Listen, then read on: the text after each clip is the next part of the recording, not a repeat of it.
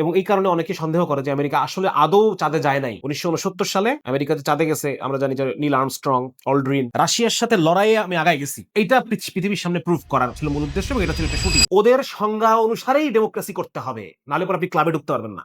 এই জন্য বলি যে আমাদের জামাত ইসলামের ভাইরা যে ইসলামী গণতন্ত্রের কথা বারবার করে বলে, তাদের যে গণতন্ত্র, এই গণতন্ত্র কখনোই এই ক্লাবে ঢোকার মতো হবে না। মোট কথা, আমরা এই 2 দিনের আলোচনা থেকে যেটা বুঝতে পারলাম যে মূলত ওয়েস্টার্ন ডেমোক্রেসি যেটা, এইটা সাবেক যে কলোনিয়াল পাওয়ার, মানে সাবেক যে কলোনিয়ালিজম, অন্য দেশগুলোকে দখল করে রেখে সেই দেশের সম্পদকে নিজের দেশে মেট্রোপলিস বলে আর কি, মানে মূল দেশ মেট্রোপলিসের দিকে, উপনিবেশ কলোনি থেকে মেট্রোপলিসের দিকে সম্পদের যে একটা অবাধ প্রবাহ, এই প্রবাহটা টিকায় রাখা। ডেমোক্রেসির এই যে চাকচিক্য চকচকে যে ডেমোক্রেসি, এগুলো নির্ভর করতেছে আমার আপনার কষ্টের উপর। আসসালামু আলাইকুম রহমতুল্লাহি ওয়া বারাকাতুহু।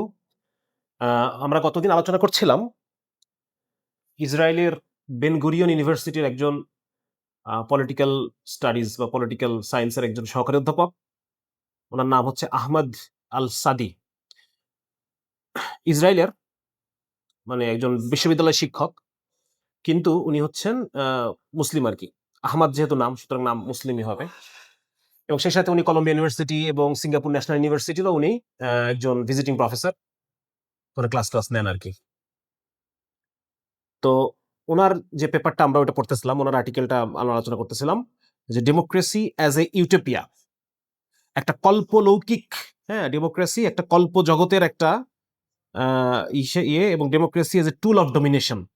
ডোমিনেশন মানে কারো উপরে প্রভাব বিস্তার করা, কাউকে দমায়ে রাখা, চাপায়ে রাখা, হ্যাঁ, ডোমিনেট করা, কাউকে ডোমিনেট করা, এইটার একটা টুল, এটার একটা হাতিয়ার হিসেবে ডেমোক্রেসি, এটা নিয়ে আমরা পড়তেছিলাম। তো আজকে তার একটা অংশ, সেখানে ওয়েস্টার্ন ডেমোক্রেসির গ্লোবাল ইম্প্যাক্ট কি সেটা নিয়ে উনি আলোচনা করছেন একটা একটা একটা অধ্যায়ে, যে ওয়েস্টার্ন ডেমোক্রেসি সারা পৃথিবীতে এর ভূমিকা কি। ঠিক আছে, আচ্ছা, উনি বলতেছেন যে এইটা ইন্টারন্যাশনাল পলিটিক্সের ক্ষেত্রে গণতন্ত্র এটা একটা নৈতিক মানদণ্ড হয়ে দাঁড়াইছে। যে দেশগুলোতে গণতন্ত্র আছে সে দেশগুলো নৈতিকভাবে ভালো, ভদ্র, সভ্য।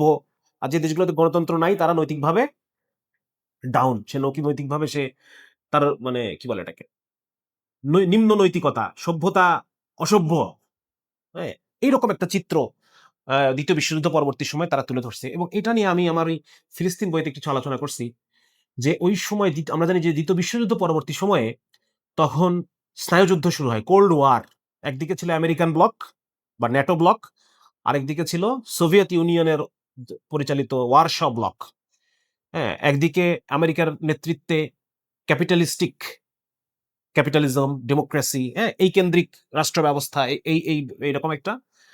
আর সোভিয়েত ব্লকের নেতৃত্বে সেখানে কমিউনিস্ট ব্লক আর কি, সেখানে কমিউনিজম, হ্যাঁ, সেখানে শ্রমিকের অধিকার, সমতা, সাম্যবাদ, হ্যাঁ, এই বিষয়গুলা সেখানে চর্চা হচ্ছে। তো সেই সময়ে দুই দলই তারা বিভিন্ন জিনিসের লোভ, প্রলোভন দেখায়, সফট পাওয়ার। হ্যাঁ, এক তো তারা হার্ড পাওয়ার ইন্টারভেনশন করে, মিলিটারি ইন্টারভেনশন, এটা হার্ড পাওয়ার।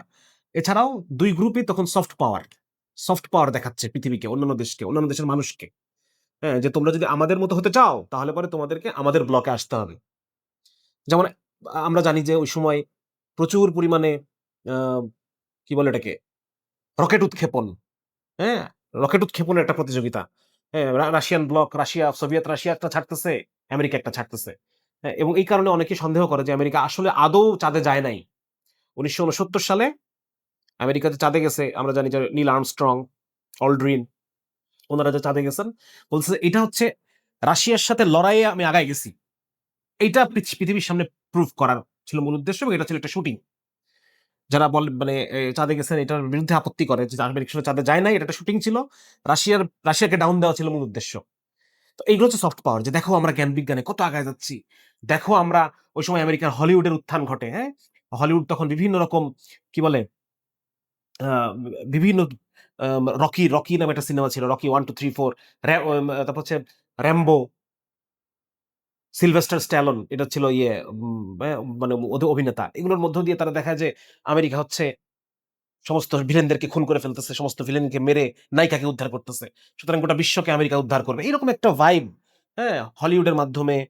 তারপর হচ্ছে আমেরিকান ড্রিম তৈরি করেছে সেই সময়, যে আমেরিকার মানুষ এত ভালো আছে, আমেরিকার মানুষ এত শান্তিতে আছে, এরকম একটা চিত্র পৃথিবীর সামনে তুলে ধরা হয়েছে ওই সময় হলিউডের মাধ্যমে। তারপর হচ্ছে বিভিন্ন দেশে দেশে জ্যাজ মিউজিক, যেটা মিউজিক অ্যাম্বাসাডর, বিভিন্ন দেশে দেশে আমরা দেখেন না যে বিভিন্ন বড় বড় মিউজিশিয়ানরা দেশে দেশে কনসার্ট করে বেড়ায়। হ্যাঁ, এখনকার সফট পাওয়ার ফুটবল খেলা, ওয়ার্ল্ড কাপ, এটা একটা সফট পাওয়ার। প্রত্যেকটা দেশ নিজের দেশে আয়োজন করার জন্য কেন এত উদ্গ্রীব থাকে? কারণ তারা চায় পুরা দুনিয়ার মিডিয়া ফোকাস তার নিজের দেশের দিকে থাকুক, সে অন্য দেশের মধ্যে নিজের দেশের কি বলে এটাকে, পাবলিসিটি করুক। পাবলিসিটি করার দ্বারা কি লাভ? যে যদি তোমরা আমাদের মতো ভালো থাকতে চাও, আমাদের মতো উন্নত হইতে চাও, আমাদের মতো পাবলিক প্রপার্টি, ব্যবসা বাণিজ্য, হ্যাঁ, এগুলো যদি তোমরা চাও, ব্যবসা বাণিজ্যের সুযোগ, তাহলে সেক্ষেত্রে তোমাদেরকে আমেরিকার ব্লকে ঢুকতে হবে, আমেরিকার অধীনতা মেনে নিতে হবে।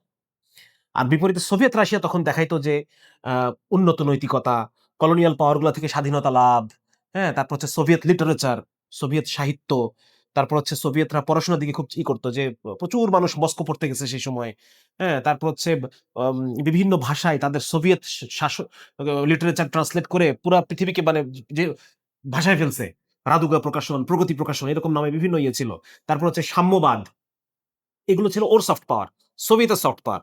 হ্যাঁ, যে জনগণকে আকৃষ্ট করে, যে যদি তোমরা অধিকার পেতে চাও, তোমরা সোভিয়েতের পক্ষে আসো, তোমাদের দেশের শাসককে হটায় দিয়ে সেখানে কমিউনিস্ট শাসন প্রতিষ্ঠা করো।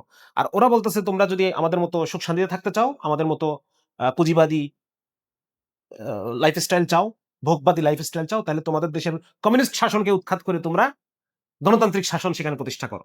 ঠিক আছে? সো গণতন্ত্র হচ্ছে, ডেমোক্রেসি হচ্ছে ওই সময় আমেরিকার একটা সফট পাওয়ার। বুঝা গেছে? এই জন্য আপনারা দেখবেন যে ওই টাইমে মুসলমানরা দুই ভাগে ভাগ হয়ে গেছে। কেউ ইসলামী গণতন্ত্র করতেছে, হ্যাঁ, আবার কেউ ইসলামী সমাজতন্ত্রের কথা বলতেছে। এখন ইসলামী সমাজতন্ত্রের আওয়াজ আপনি কোথাও শুনবেন না। কেন শুনবেন না? কারণ ওটা ফল হয়ে পড়ে পতন পতন ঘটে গেছে। কিন্তু আপনি এখন ইসলামী গণতন্ত্রের আওয়াজ কিন্তু আপনি শুনতেছেন। আবার আমেরিকার পতন হয়ে গেলে আপনি আর ইসলামী গণতন্ত্রের আওয়াজও শুনবেন না। বুঝছেন?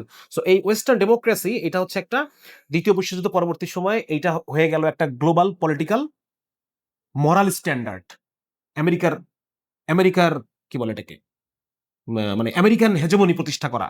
হ্যাঁ, এবং আমি ওখানে আমার ওই বইতে দেখানোর চেষ্টা করছি যে এই গণতন্ত্র হচ্ছে একটা ক্লাব।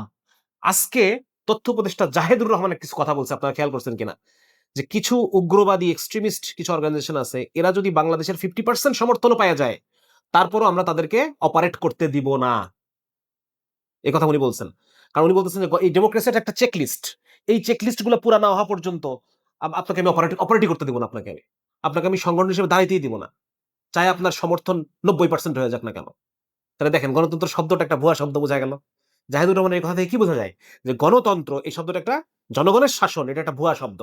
আপনাকে পশ্চিমাদের বেঁধে দেওয়া কিছু চেকলিস্ট পূরণ করতে হবে, কিছু শর্ত পূরণ করতে হবে। এই শর্তগুলো যদি আপনি পূরণ করে না আসেন, তাহলে পরে আপনাকে এখানে টিকতেই দিব না। আপনাকে জঙ্গি বলে, আপনাকে সন্ত্রাসী বলে, আপনাকে জেল, জুলুম, খুন, হ্যাঁ, আপনার প্রপার্টি ফরফিচার, সমস্ত কিছু আপনার মানে আপনাকে মানুষ হিসেবে এখানে আমি দাঁড়াইতে দিব না, আপনি যদি গণতন্ত্রের এই চেকলিস্ট শর্তগুলো পূরণ করে না আসেন। গণতন্ত্রের এই রোকনগুলা, এই খুঁটিগুলোতে আপনি ইমান যদি না আনেন, তাহলে পরে আপনাকে এখানে দাঁড়াতে দেওয়া হবে না। সো ওইটা আর কি। ওনারা বলতেছে যে তারপর উনি এখানে আলোচনা করতেছেন যে দেখেন, এরা এরা বলতেছে যে লিবারাল, মানে মুখে এরা বলে যে আমরা লিবারাল ডেমোক্রেটিক, হ্যাঁ, আমরা একটা ভ্যালুজ আমরা লালন করি, আমাদের নৈতিকতা অনেক উঁচু, আমরা সভ্য, আমরা ইয়ে, হ্যাঁ, কিন্তু বলতেছে যে মানে অন্য কান্ট্রির, অন্য দেশের আভ্যন্তরীণ বিষয়ে হস্তক্ষেপ করা, হ্যাঁ, এবং মানে ওই হস্তক্ষেপ, অন্য দেশের আভ্যন্তরীণ বিষয়ে হস্তক্ষেপ করা, এটা কি ঠিক না বেঠিক, এটা নির্ধারণ করবে কে? বলতেছে এক্স কলোনিয়াল পাওয়ার। যারা এক্স কলোনিয়াল পাওয়ার, যারা 63 সালে, 61-63 সালে ফ্রান্স কলোনিগুলো স্বাধীন হয়ে গেল, এরপরে দেখেন মানে আলটিমেটলি যারা ভেটো ভেটো ক্ষমতাযুক্ত যারা ইয়ে, এরা কারা? এরা সবাই এক্স কলোনিয়াল পাওয়ার। আমেরিকা একজন আমেরিকান কলোনি, আমেরিকা কিন্তু কলোনি করছে বিভিন্ন জায়গায়। আমেরিকার কলোনি বলতে কি, নিজেদের আদিবাসীদের উপরে, তারা হয়তো বা নিজেদের ভূখণ্ডের বাইরে যায় নাই, কিন্তু আদিবাসীদের উপর জুলুম নির্যাতনের মাধ্যমে তাদের জমি টমিগুলো সব আমরা এগুলো আলোচনা করে আসছি এর আগে। তো উনি বলতেছেন যে এটা, যেমন ধরেন উনি বলবেন ব্রিটেন, ব্রিটেন 1945 সালের পর থেকে 47টা দেশে 80 বার সৈন্য পাঠাইছে। 47 সালের পরে, 45 সালের পর থেকে, তাহলে 47টা দেশে 80 বার ব্রিটেন মিলিটারি ইন্টারভেনশন করছে। 11 সালের পর থেকে 2011 সালের পর থেকে ব্রিটিশ স্পেশাল ফোর্স 19টা দেশে তাদের অভিযান পরিচালনা করছে। ঠিক আছে, তাহলে কোথায় তোমাদের লিবারেল কই তোমরা? হ্যাঁ, জাতিসংঘ প্রতিষ্ঠা হয়েছে যে মূলনীতির ভিত্তিতে যে একটা দেশ আরেকটা দেশের আভ্যন্তরীণ বিষয়ে হস্তক্ষেপ করবে না, আটলান্টিক সনদ 1941 সালের।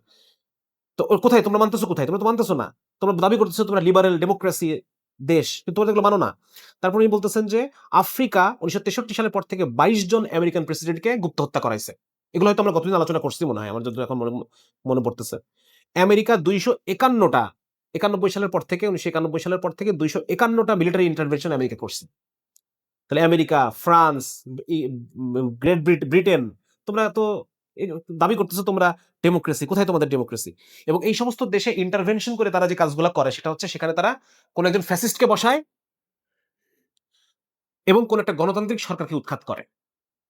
এই মিলিটারি ইন্টারভেনশন গুলো করে তারা কি করে? এমন না যে তারা কোনো ফ্যাসিস্টকে সরাচ্ছে, তারা গণতান্ত্রিকভাবে নির্বাচিত সরকারকে ওখান থেকে সরায় দেয়। হ্যাঁ, কারণ সেই সময় হয়েছে কি, সেই সময় ব্যাপক পপুলার হচ্ছে মানে কমিউনিজম অনেক পপুলার। জনগণ সমতা, তারপর হচ্ছে সমান অধিকার, এইগুলোর জন্য তারা কমিউনিস্ট পার্টিকে তারা ভোট দিয়ে ক্ষমতায় নিয়ে আসতো বিভিন্ন দেশে দেশে। হ্যাঁ, এবং আমেরিকা ওই ব্রিটেন, ফ্রান্স এই ইন্টারভেনশন গুলো করে সেখান থেকে ওদেরকে সরাই দিত। যেমন হচ্ছে সম্ভবত দেশটার নাম ভুলে গেলাম আমি, খুব আফ্রিকার একটা বেশ গরিব দেশ, ওখানে একজন বামপন্থী একজন ক্ষমতায় আসছে। হ্যাঁ, আসার পরে ওখানে তাকে এবং ব্যাপক উন্নয়ন করছে। মাত্র 2 বছর সে ক্ষমতায় ছিল। আমি নামটা ভুলে গেলাম এই মুহূর্তে, আমি পরে লোকটার নাম বলতে পারবা? হইতে পারে ইব্রাহিম ট্রাউরে। তো এখন অনেক আগে একজন ছিল বামপন্থী খ্রিস্টান বামপন্থী, ওনাকে হচ্ছে উনি মানে পরে ওরা সরায় দেয়। তারপর যে কঙ্গো, দীর্ঘ কত বছর পরে যেন কঙ্গো যে স্বাধীনতা লাভ করে বেলজিয়ামের কাছ থেকে, তখন কঙ্গোর একজন প্রেসিডেন্ট, নির্বাচিত প্রেসিডেন্ট প্যাট্রিক লুমুম্বা, এই প্যাট্রিক লুমুম্বাকে এই সমস্ত কলোনিয়াল পাওয়াররা তারা মানে খুন করে অ্যাসিডে জ্বালায় দেয়। এই সমস্ত ঘটনা হয়তো সামনে আসতে পারে। তো এই সমস্ত বিষয়গুলো তারা করছে ওই সময়। তো এখন আমরা যে চ্যাপ্টারটা মূলত যেতে চাচ্ছি, যে লিবারেল অ্যান্ড ডেমোক্রেটিক পিস, তারা একটা জিনিস বলতে চায় যে লিবারেল ডেমোক্রেটিক পিস, শান্তি, এই কথাটা আপনারা খুব দেখবেন। যুদ্ধ মানে তারা যুদ্ধ করলে শান্তির জন্য করে, তারা অন্য দেশে আগ্রাসন চালালে পরে শান্তির জন্য আগ্রাসন চালায়। হ্যাঁ, এই এই এই বিষয়গুলো তারা করে। তো উনি এখানে এই চ্যাপ্টারে উনি আলোচনা করছেন যে আসলে ওদের যে তথাকথিত শান্তি, এই শান্তির পিছনে মূল বক্তব্যটা আসলে কি, কিসের শান্তি? তো উনি বলতেছেন যে তিনটা জিনিস, মূলত তিনটা জিনিসের উপরে এই ডেমোক্রেটিক পিসটা নির্ভর করে। তিনটা পয়েন্ট। 1 নম্বর পয়েন্ট হচ্ছে ডেমোক্রেটিক ইনস্টিটিউশন, যেমন গণমাধ্যম, সিভিল সোসাইটি, হ্যাঁ, তারপর হচ্ছে আপনার সংবাদপত্রের স্বাধীনতা, এই এরকম কিছু ডেমোক্রেটিক ইনস্টিটিউশন। ঠিক আছে। 2 নম্বর হচ্ছে ইন্টারন্যাশনাল লিবারেল ভ্যালুজ, এইগুলাই। হ্যাঁ, স্বচ্ছতা, জবাবদিহিতা, হ্যাঁ, তারপর অবাধ এবং সুষ্ঠু নির্বাচন, এই বিষয়গুলা। তারপর হচ্ছে ইকোনমিক ইন্টারডিপেন্ডেন্স, মার্কেট খুলতে হবে আপনাকে। মার্কেট না খুললে আপনি আপনি মানে পরস্পরের উপরে নির্ভরশীল থাকবে, একটা দেশ একটা দেশ নির্ভরশীল। এই তিনটা জিনিসের উপরে উনি বলতেছেন যে ডেমোক্রেটিক মানে তিনটা প্রিন্সিপালের উপরে ডেমোক্রেটিক পিস থাকে, মানে বজায় থাকে। এই তিনটা জিনিসের মধ্যে কোনো একটা আপনার না থাকে, হ্যাঁ, তাহলে পরে আপনি ডেমোক্রেটিক পিস আপনি দাবি করতে পারবেন না। আপনি যতই ভালো থাকেন না কেন, আপনার উপর হস্তক্ষেপ করা হবে। বুঝছেন? এই তিনটা জিনিস আপনার থাকতে হবে। কোন একটা রাষ্ট্র যদি বলে যে আমি আমার, যেমন ভেনিজুয়েলা, কথার কথা, ভেনিজুয়েলা এটা তো গণতান্ত্রিক দেশ। নিকোলাস মাদুরো গণতান্ত্রিকভাবে নির্বাচিত প্রেসিডেন্ট। কিন্তু সে কেন? কারণ হচ্ছে সে তার ভেনিজুয়েলার যে তেল খাত, জ্বালানি খাত, এই খাতটা রাষ্ট্রায়ত্ত। হ্যাঁ, রাষ্ট্র নিজেই এখান থেকে তেল উঠায়, রাষ্ট্রীয় কোম্পানির মাধ্যমে তেল উঠায়, এটা রাষ্ট্র জনগণের মধ্যে জনগণের উন্নয়ন কর্মে সে ব্যবহার করে। কিন্তু এই ভেনিজুয়েলার তেলটা এখন দরকার কার? আমেরিকার দরকার, এবং আমেরিকা এখানে ইন্টারভেনশন করছে। তার মানে দেখেন, মানে ইকোনমিক ইন্টারডিপেন্ডেন্স, এই তিনটা খুঁটির মধ্যে একটা খুঁটি ওদের ছিল না। ঠিক আছে। তিনি বলতেছেন ডেমোক্রেটিক পিস, এটা যদি আপনি পেতে চান আপনার মধ্যে এই তিনটা জিনিস থাকতে হবে। 2 নম্বর হচ্ছে উনি বলতেছেন যে যদি এই তিনটা জিনিস থাকে তাহলে পরে আপনি এই ডেমোক্রেটিক যে ক্লাব, এই ক্লাবে ঢুকতে পারছেন। হ্যাঁ, এবং আপনি কি বলে লিবারেল ডেমোক্রেটিক রেজিমস এর এলাই হিসেবে আপনি কাউন্টেড হলেন। ঠিক আছে। যেমন ধরেন আফগানিস্তানের যে হামিদ কারজাই শাসক আর এখন তালেবান শাসকের মধ্যে পার্থক্য কি? আমেরিকার কাছে পার্থক্য কি? পার্থক্য হচ্ছে হামিদ কারজাই যে রেজিম, ওটা ছিল তার কি, তার এই ক্লাবের মধ্যে, আর তালেবান গভর্নমেন্ট তার ক্লাবের মধ্যে না। এই জন্য আমি বারবার এটাকে বলি এটা ক্লাব। আপনি ডেমোক্রেসির সুফল যদি আপনি পেতে চান, আপনাকে ওদের সংজ্ঞা অনুসারেই ডেমোক্রেসি করতে হবে, নাহলে পর আপনি ক্লাবে ঢুকতে পারবেন না। এই জন্য বলি যে আমাদের জামাত ইসলামী ভাইরা যে ইসলামী গণতন্ত্রের কথা বারবার বারবার করে বলে, তাদের যে গণতন্ত্র, এই গণতন্ত্র কখনোই এই ক্লাবে ঢোকার মতো হবে না। তারা যদি কখনো মানে বিপুল পরিমাণে জনগণের ভোটে ক্ষমতায় আসতেও পারে, প্রথমত আসার প্রক্রিয়াকে ব্যাহত করা হবে। ইলেকশন ইঞ্জিনিয়ারিং এ বলে না, যে নামে আপনি ডাকেন না কেন, তাদেরকে আসতে দেওয়া হবে না। আপনি যতই জনগণের ভোট নিশ্চিত করেন না কেন, এটা তো গুনবো তো আমি, আপনি তো আর গুনবেন না, গুনবো তো আমি। তো সুতরাং আপনি 1 নম্বর হবে না। 2 নম্বর, যদি আপনি কখনো আসেনও মিশরের মুরসির মতো, আপনাকে কি করা হবে? আপনাকে আমি ইন্টারভেনশন করে সরাই দেব।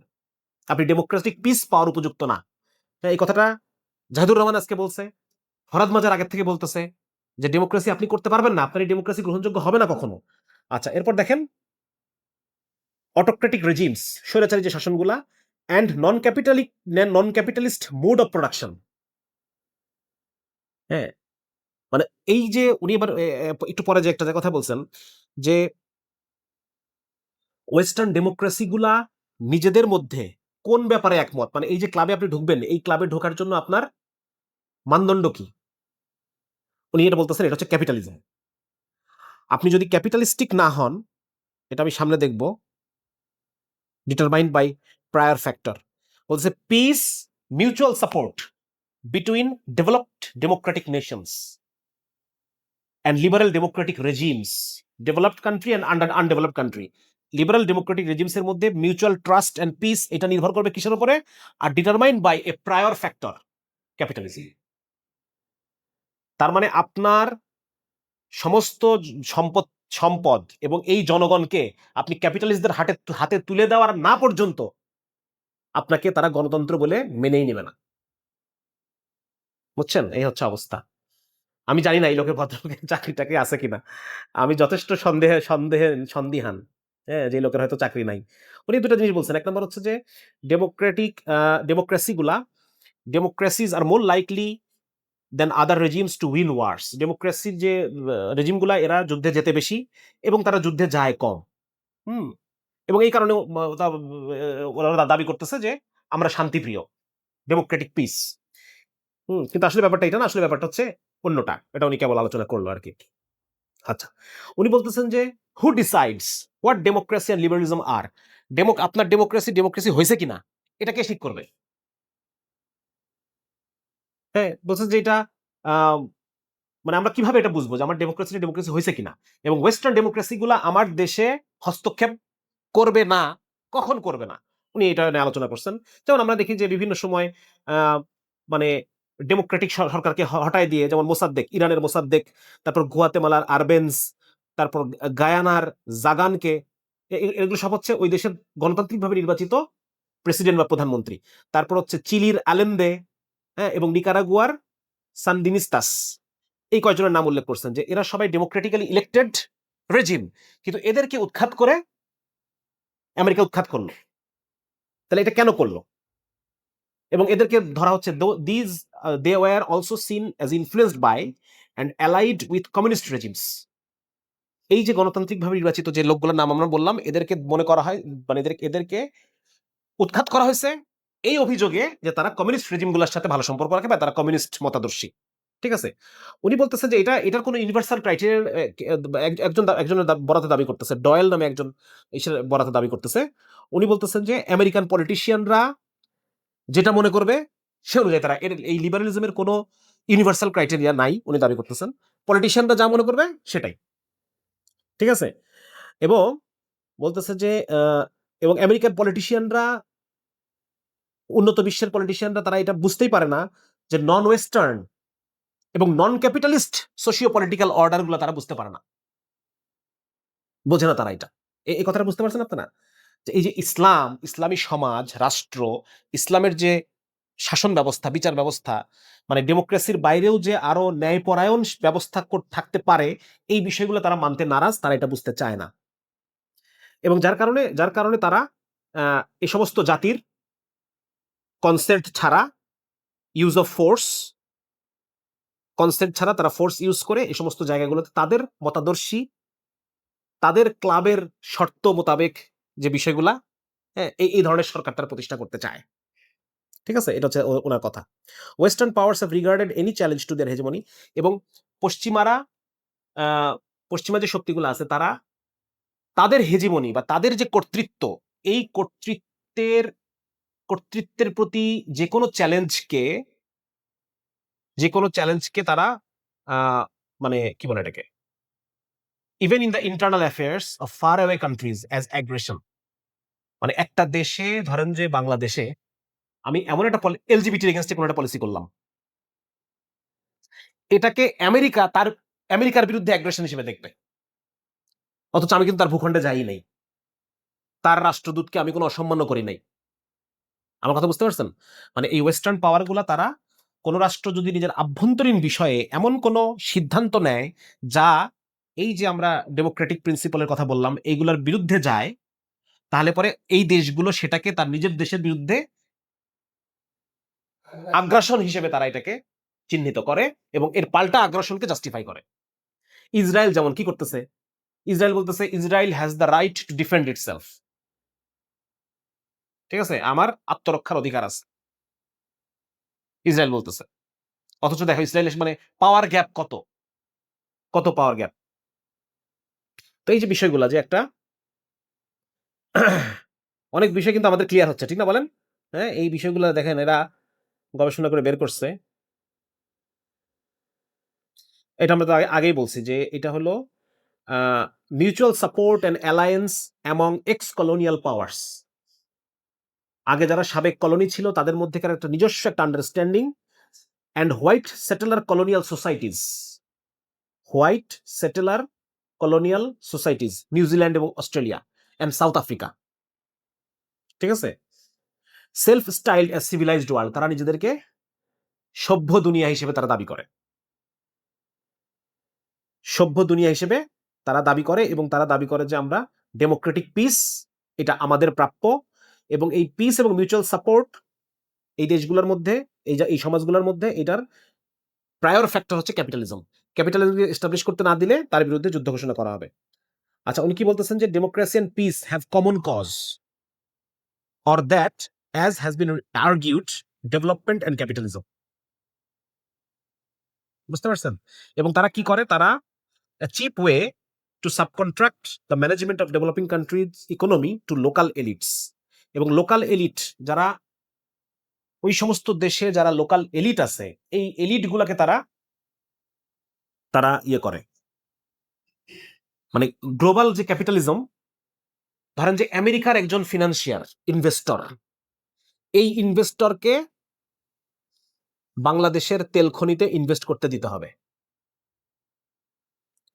ঠিক আছে, কোন লোকাল কোন এলিট যদি পাওয়ারফুল হয় বা বিত্তশালী হয়, সে যদি তেল খনিতে ইনভেস্ট করতে চায়, তাকে করতে দেওয়া হবে? তাকে করতে দেওয়া হবে না। লোকাল এলিটকে আমেরিকান ক্যাপিটালিজমের আন্ডারে আসতে হবে।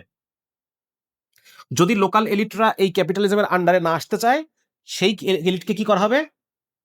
Local elites in developing countries that do not attend to western interest are either subverted or removed. তাকে হয় বশীভূত করা হবে অথবা তাকে ওখান থেকে সরাই দেওয়া হবে। এইটা আমরা কোথায় দেখি বলেন দেখি? এটা আমরা দেখি কিন্তু ব্রিটিশ পিরিয়ডে।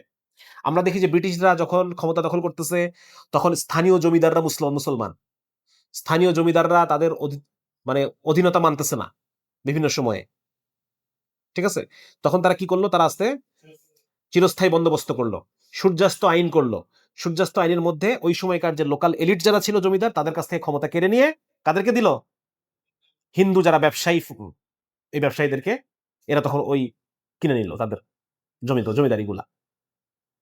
তাহলে তারা কিন্তু যদি তাদের, মানে আমরা বুঝতে পারতেছি এই গণতন্ত্র কিন্তু মানে আগে যেটা তারা জোর করে করতো, এখন সেটা তারা গণতন্ত্রের মাধ্যমে করে। এই ব্যাপারটা বুঝতে পারছেন তো? আগে যে কাজটা তারা কলোনিয়াল পাওয়ার গুলা যেটা জোর করে করতো, যেটা এখন এক্স কলোনিয়াল পাওয়াররা সেই কাজটাই করে, কিন্তু এটাকে গণতন্ত্রের মাধ্যমে, মানে একটা সুন্দর একটা মোড়কে করার চেষ্টা করে, কিন্তু মূল কাহিনী কিন্তু একই। আচ্ছা, এরপর কি দেখলাম? এরপর উনি বলতেছেন আহ, একজন বলতেছে গার্সকে নামে একজন পলিটিক্যাল সায়েন্টিস্ট, উনি বলতেছেন যে ক্যাপিটালিজম, ডেমোক্রেসি এবং লিবারেল পিস, এই তিনটার মধ্যে এই তিনটাই ওয়েস্টার্ন ক্যাপিটালিজম, কলোনিয়ালিজম এবং নিও ইম্পেরিয়ালিজমের প্রোডাক্ট। ক্যাপিটালিজম, ডেমোক্রেসি, কেবলই আমি যে কথাটা বললাম যে আগে যেটা ছিল কলোনিয়াল পাওয়ারদের জুলুম অত্যাচার, এখন সেটা এক্স কলোনিয়াল পাওয়ারদের ডেমোক্রেসি। ঠিক আছে, সুতরাং এটা আমরা উনি কিন্তু এই কথাটা বলছেন, এটা আমার কথা না, এটা এই গার্ডসকে নামে একজন পলিটিক্যাল সায়েন্টিস্ট, উনি এই কথাটা কিন্তু বলছেন। ক্যাপিটাল, উনি আবার শেষ করছেন এইভাবে, ক্যাপিটালিজম এন্ড ডেমোক্রেসি ডেভেলপ করতোই না উইদাউট কলোনিয়ালিজম অ্যান্ড নিও ইম্পেরিয়ালিজম। যদি নিও কলোনিয়ালিজম না থাকতো এবং নিও ইম্পেরিয়ালিজম না থাকতো, তাহলে ক্যাপিটালিজম এবং ডেমোক্রেসি ডেভেলপ করতোই না। এখন এখানে দেখেন আমাদের মধ্যে কিছু নিগা দেখবেন, নিগা নিগা নিগা আমাদের মধ্যে কিছু আছে মানুষ যারা দাস, মনে মনে দাস। হুম, এই মানুষগুলো তারা মনে করে যে আজকে পশ্চিমা দুনিয়া, গ্লোবাল নর্থ কোনটা? আমেরিকা, কানাডা, ইউরোপ, এগুলাকে ধরা হয় গ্লোবাল নর্থ। আর গ্লোবাল সাউথ মানে যাদেরকে তারা শাসন করছে। তো গ্লোবাল নর্থ যারা, তাদের আজকে যে বিজ্ঞানে যে উন্নতি, তাদের দেশের সভ্যতা, তাদের দেশে একটা সুন্দর সিস্টেম, তাদের এত টাকা পয়সা, হ্যাঁ, ধনী ধনী ধনী দেশ, শিল্প, চিত্রকলা, কত কিছু না, হ্যাঁ, এরা এরা হীনমন্যতায় ভোগে। এরা বলে যে ওরা ধর্মকে ছেড়ে তারা বিজ্ঞান মনস্ক হইতে পারছে, মুক্ত চিন্তা করতে পারে, তাদের এই সেই, হ্যাঁ, তাদের সমাজকে তারা ধর্মীয় রক্ষণশীলতা থেকে বের করে নিয়ে আসতে পারছে, এই জন্য আজকে তারা উন্নত হয়েছে। কত সুন্দর ডেমোক্রেসি, কত সুন্দর নিরাপত্তা, কত সুন্দর ওদের অর্থনীতি, দুর্নীতি নাই, এ নাই, বলেন এই কথা। তো উনি কি বললেন দেখেন, উনি বলতেছে যে এই যে ক্যাপিটালিজম, পশ্চিমা দুনিয়ার আজকে যে উন্নয়ন, এটা তো ক্যাপিটালিজমের কারণে। তা এই যে ক্যাপিটালিজম এবং তাদের দেশের যে ডেমোক্রেটিক যে একটা ব্যবস্থাপনা, ডেমোক্রেসি, এইটা হইতোই না যদি কলোনিয়ালিজম না থাকতো। তারা যদি এই দেশে দেশে ডাকাতি না করতো, আর এই ইন্ডিয়া থেকে $45 ট্রিলিয়ন লুট করে নিয়ে না যাইতো, তাহলে পরে তাদের এটা এই উন্নয়ন তাদের হয় না। ঠিক আছে, এবং তারা নিও ইম্পেরিয়ালিজম এবং ওই আগের যে উপনিবেশবাদ, ওইটারই নতুন ভার্সন হচ্ছে নিও ইম্পেরিয়ালিজম, বা এই আমেরিকা যেটা করতেছে। দুটারই একই উদ্দেশ্য, সেটা হচ্ছে সম্পদের প্রবাহ গ্লোবাল সাউথ থেকে গ্লোবাল নর্থের দিকে যাবে। সম্পদের প্রবাহ গ্লোবাল সাউথ থেকে গ্লোবাল নর্থের দিকে প্রবাহিত হবে। দুটার উদ্দেশ্য, লক্ষ্য একই। আচ্ছা, এবং উনি বলছেন যে এটা ডেমোক্রেসির একটা নিজস্ব প্রবলেম। এই যে শোষণ, জুলুম, নির্যাতন, এটা ডেমোক্রেসি নিজস্ব। উনি উদাহরণ দিচ্ছেন এথেন্স শহরে যে ডেমোক্রেসি ছিল, এথেনিয়ান ডেমোক্রেসি, সেই democracy was dependent upon the slaves. Athens শহরে তখন 30% মানুষ স্লেভ, দাস, কালো দাস না কিন্তু, সাদা দাস। কালো দাস তো পরের কাহিনী, নিজেদের মধ্যেই তারা মানে যুদ্ধ বিগ্রহ, দাস প্রথা চলতেছে। এথেন্স শহরে 30% মানুষ দাস, এবং এথেনিয়ান ডেমোক্রেসি এটার উপর ডিপেন্ডেন্ট। সুতরাং আজকে যে ওয়েস্টার্ন লিবারেল ডেমোক্রেসি বলতে আমরা যেটা বুঝি, সেটা ডিপেন্ডেন্ট কিসের উপরে? সেটা এখন ডিপেন্ডেন্ট হচ্ছে এই গ্লোবাল সাউথের মানুষের চোখের পানি, রক্ত, ঘাম, মনের কষ্ট, হ্যাঁ, জুলুম অত্যাচার, এটার উপরে ডিপেন্ডেন্ট। এটা হয়তো আমরা চোখে দেখি না, এটা আপনি চোখে দেখবেন কখন? ওই চায়ের বাগানে যান, চার বাগানে গেলে দেখবেন যে দিনে 100 টাকা করে একটা মানুষ কাজ করতেছে, দিনে 100 টাকা। এই যে জুলুমটা দেখবেন, হ্যাঁ।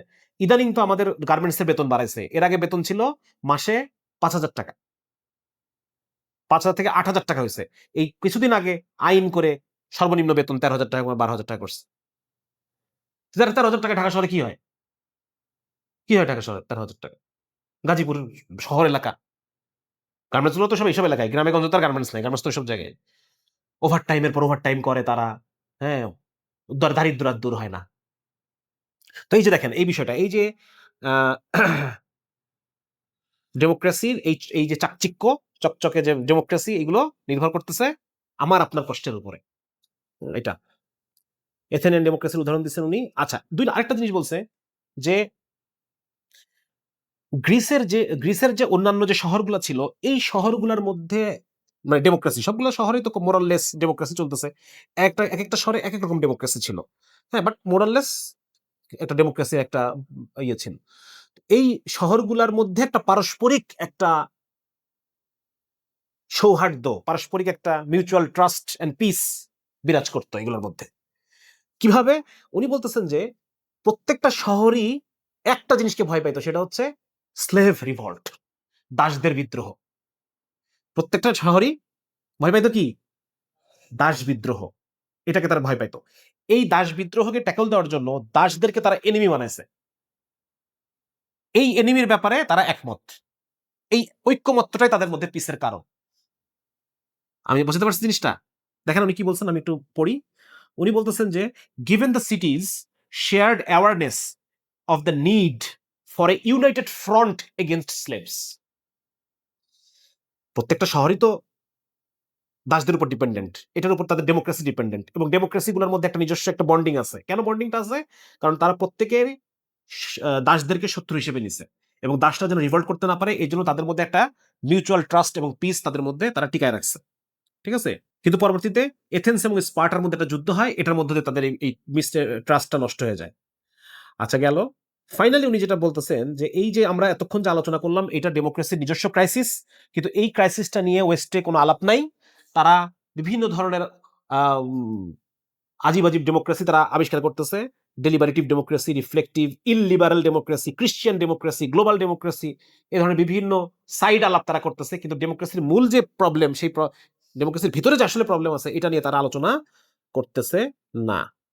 এবং ডেমোক্রেসি ব্যাপারটাকে তারা reflection of western power, democracy কোনো জায়গায় আছে মানে সেখানে পশ্চিমাদের কি বলে এটাকে, মানে তারা পশ্চিমাদের কথা শোনে।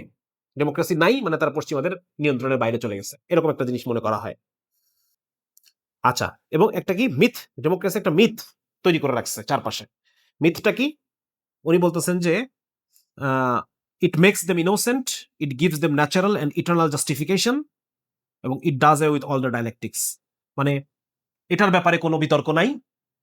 হ্যাঁ, এটার একটা ইটার্নাল জাস্টিফিকেশন দেওয়া হচ্ছে যে আপনি যে কোনো দেশে আপনি আক্রমণ করতে পারবেন, এবং ইট মেক্স দেম ইনোসেন্ট, এবং এটা আমি যাই করি না কোনো পৃথিবীতে আমি নির্দোষ, কারণ আমি ডেমোক্রেসির জন্য কাজ করতেছি। ঠিক আছে? মোটামুটি এইভাবে উনি ওনার আলোচনাটা শেষ করছে। মোট কথা আমরা এই ২ দিনের আলোচনা থেকে যেটা বুঝতে পারলাম যে মূলত ওয়েস্টার্ন ডেমোক্রেসি যেটা, এইটা সাবেক যে কলোনিয়াল পাওয়ার, মানে সাবেক যে কলোনিয়ালিজম, অন্য দেশগুলোকে দখল করে রেখে সেই দেশের সম্পদকে নিজের দেশে, মেট্রোপলিস বলে আর কি, মানে মূল দেশ, মেট্রোপলিসের দিকে, উপনিবেশ কলোনি থেকে মেট্রোপলিসের দিকে সম্পদের যে একটা অবাধ প্রবাহ, এই প্রবাহটা টিকায় রাখা, এইটা ওই সময়কার যারা কলোনিয়াল পাওয়ার তাদেরও মূল লক্ষ্য ছিল। এখন যারা ওয়েস্টার্ন ডেমোক্রেটিক পাওয়ার যারা, তাদেরও মূল লক্ষ্য এটাই। হ্যাঁ, এবং এটার ডেমোক্রেসির মূল পূর্ব শর্তই হচ্ছে যে ক্যাপিটালিজমকে, আমার দেশের ক্যাপিটালিজমকে তোমার দেশে ঢুকতে দিতে হবে, তোমার মার্কেট খুলে দিতে হবে আমার জন্য। আমরা কতদিন দেখছি আমেরিকার হিস্ট্রি যখন আলোচনা করছি, আমরা অনেক কিছু হয়তো রিলেট করতে পারতেছি, তাই না? এটাই তো আমাদের এখন মুসলমানদের ভুলটা কোথায়? আমরা আমাদেরকে একটা ভুল বুঝায়, হ্যাঁ, ছোট বাচ্চার হাতে যেরকম একটা ললিপপ ধরাই দিয়ে বসায় রাখা যায় অনেকক্ষণ, মুসলমানদেরকে ললিপপ ধরাই দিয়ে বসায় রাখা হয়েছে। ঠিক আছে?